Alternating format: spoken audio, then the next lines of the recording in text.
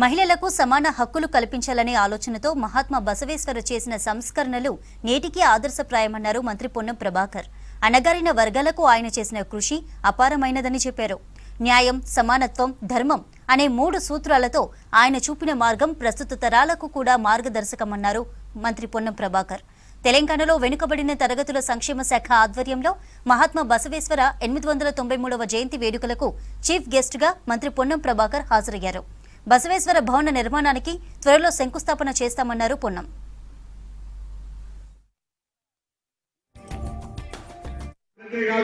అసలు సభ్య సమాజానికి వారి ఆలోచన విధానాన్ని తీసుకున్నట్టయితే అసలు ఎంత ప్రశాంతమైనటువంటి జీవితాలు బతకచ్చో తెలిసి కూడా మారుతున్న కాలానికి అనుగుణంగా, వేగానికి అనుగుణంగా అనేకమంది వక్ర మార్గాల ద్వారా ముందుకు కురకాలనేటువంటి ఆలోచన కొనసాగేటువంటి సందర్భంలో తప్పకుండా ప్రతి యువత కూడా బసవేశ్వరుని సంకల్పాన్ని, ఆశయాన్ని మరొకసారి తెలుసుకోవాల్సిన అవసరం ఉందని మనం చెప్పుకోవడం. ఇవాళ ఈ రాష్ట్ర ప్రభుత్వం తరఫున కార్పొరేషన్ ఇచ్చాం.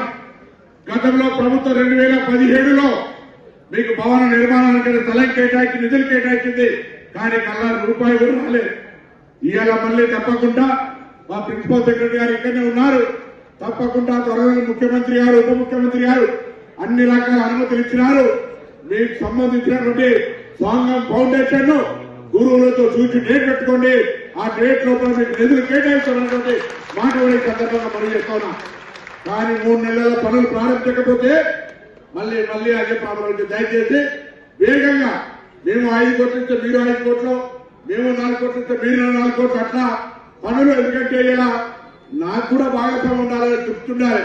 బసవేశ్వర భవనం నిర్మించుకుంటే, మండపం నిర్మించుకుంటే అందరి భాగస్వామ్యం ఉండాలని చరిత్రలో మనకు సంబంధించినటువంటి ఒక పేరు ఉండాలనుకుంటున్న అందరూ భాగస్వాములు కండి.